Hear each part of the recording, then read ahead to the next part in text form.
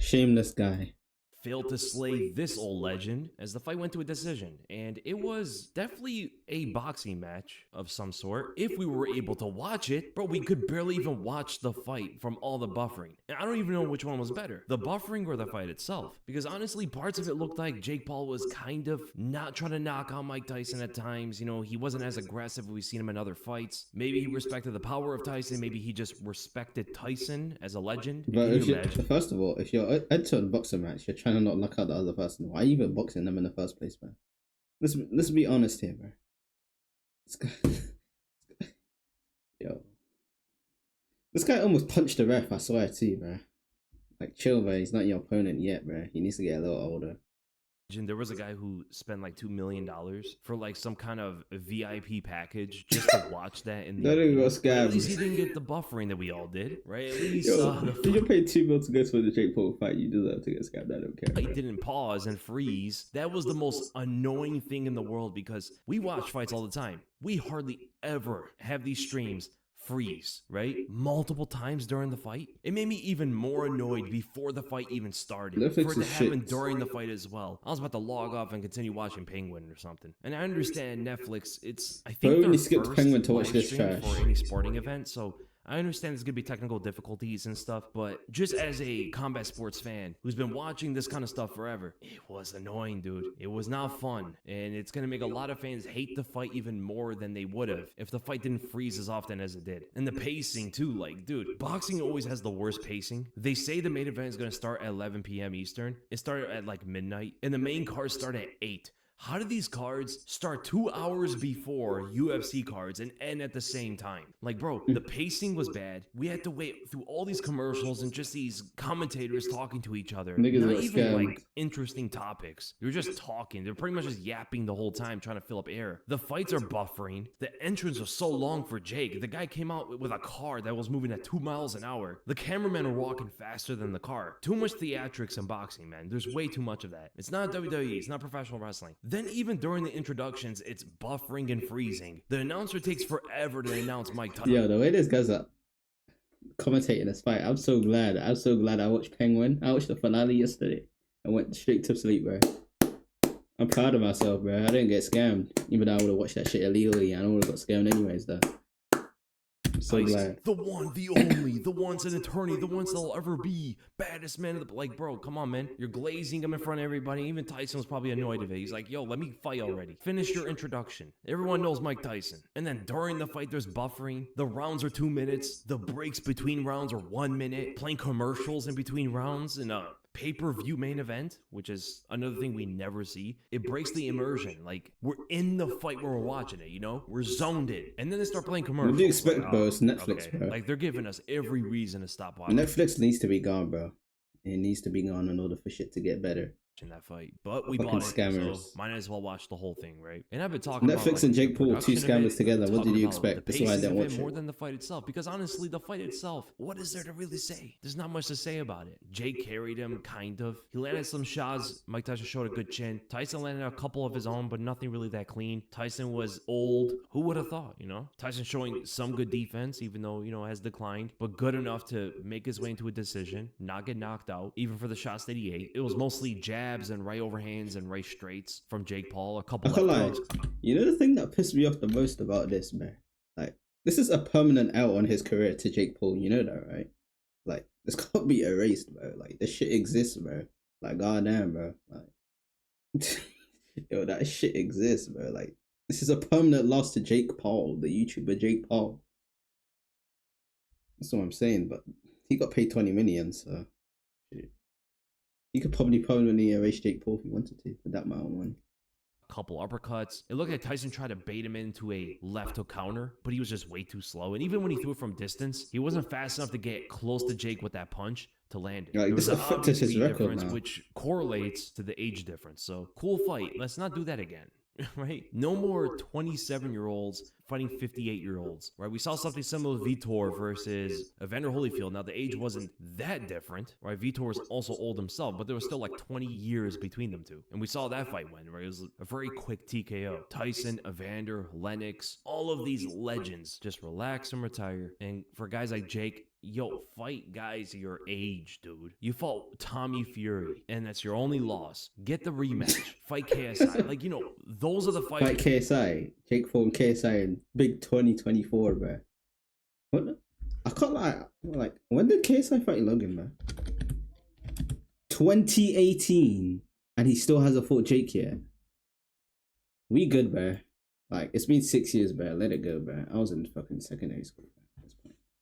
Let that shit go, bro. Them niggas, no, I'm not gonna fight each other, bro. I don't know. They're too scared of each other. I don't know what the fuck they want.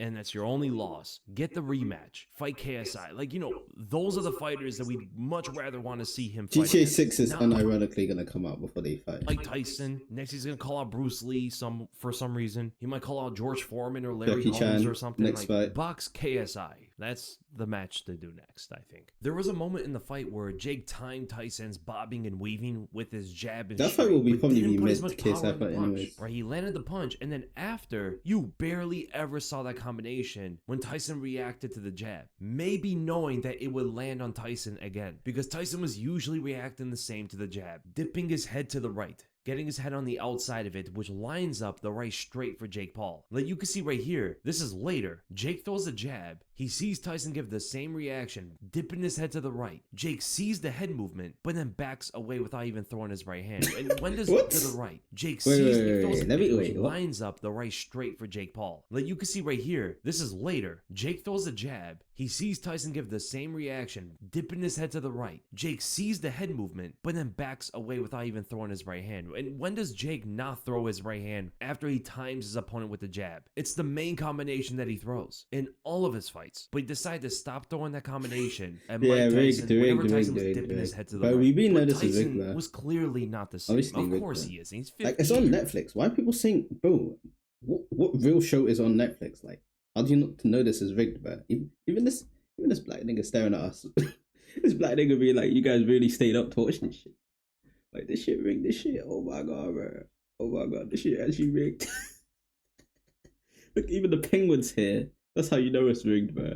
Years old. It looked like a 27-year-old versus a 58-year-old. That's exactly what the fight was, and it's exactly how the fight played out. This thing is damn near pushing 60. Shot. There were moments where he could barely move in the ring. He had good defense though. So even though his abilities as a boxer of course declined over all these years, his defense was still good enough to slip and block some of the punches from Jake Paul, slipping his head on the outside of them, guarding against some of the punches, even when Jake was trying to land, right? Some of Jake's punches, he was throwing hard, and some of those punches even landed on Tyson, and Tyson was able to absorb some of them, right? Didn't get knocked out. Looked like he got stunned a couple times, but that was the most impressive thing about the fight. The fact that Tyson was able to go to a decision. Whether Jake Paul was carrying him or not, he did throw some power punches for the knockout. But we do have to remember that they were 14-ounce gloves, so essentially almost sparring gloves. 2-minute rounds. It was a silly fight. It was a silly fight going into it. Mickey Mouse ass fight. It was a circus when we watched it. Technically, nothing of note. Yo, look at this nigga. This nigga like, please don't fight my granddad next, bro. Oh my god, bro. This is Jake Paul's next fight.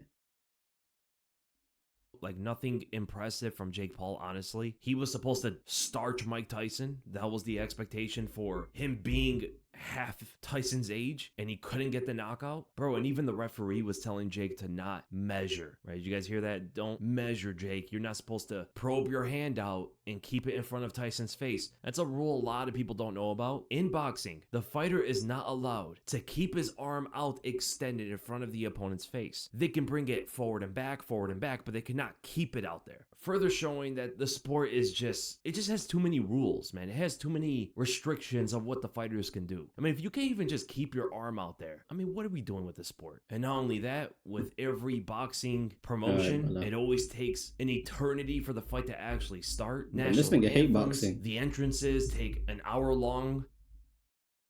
And there was that stat that Jake Paul I see has why, though. knocked down or knocked out every single one of his opponents, right? The oldest guy he goes up against, ironically, is the only one he didn't knock down or knock out. Mike Tyson's the only guy that Jake Paul's fought that he didn't hurt in the fight. The other fights were pretty good, especially the co-main event. Serrano seemed to have gone robbed. Then again, boxing scoring is just so different than MMA, so it's hard to really tell. It's He's such an MMA a fan. Of vague course he hates scoring boxing. system. Great fights. Them niggas have that beef. main event, man. Right from the beginning of the fight, you knew that Mike Tyson just was not going to win that. He was way too slow. He wasn't as coordinated as he used to be. Of course, Jake was way faster. He had better cardio, and the further the rounds went, the more stationary, motionless Mike Tyson became in that fight. And even if they are Mike Tyson, a legend of that guy's status, when you're nearly 60 years old, man, you're not going to win these kind of fights. It doesn't matter what fighter it is. The athleticism of Jake Paul was just way too much. And Jake was talking about he wants to fight Canelo Alvarez. That would be fun if Canelo would want to fight him. But then again, Canelo should be fighting Benavidez. Jake Paul versus Canelo, would you guys want to see that? I don't know. It would show a skill gap between Jake Paul's opponents. Actually,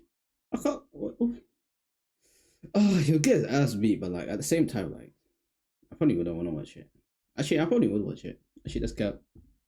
Because there's no way he's staging that. And someone like Canelo, right? It'll show that there's levels to boxing, especially when you get to the highest levels that Canelo is fighting at. So I do hope that John Jones and Stipe doesn't turn out to look like Jake Paul versus Mike Tyson. When's John Jones fighting today? Because firstly, Stipe is not as old as Tyson, and secondly, Jones is much older than Jake. I'm gonna watch Jones closer today. in age. They're closer in 3 a.m., activity as innit? fighters. Jones hasn't fought in nearly 2 years? For Stipe, it's been over 3 years since he fought. But we were hoping that, if Tyson Jones hasn't fought 3 years. Stipe and Oliveira, that would be the win for most fans. But we'll see if Stipe can win, and we'll see if Oliveira can win as well. Chandler's cool too. When you're fighting Charlie Olives and one of you have to win, most of the fans are going to be picking Oliveira. And honestly, every time I watch boxing cards, it makes me appreciate the UFC cards so much more.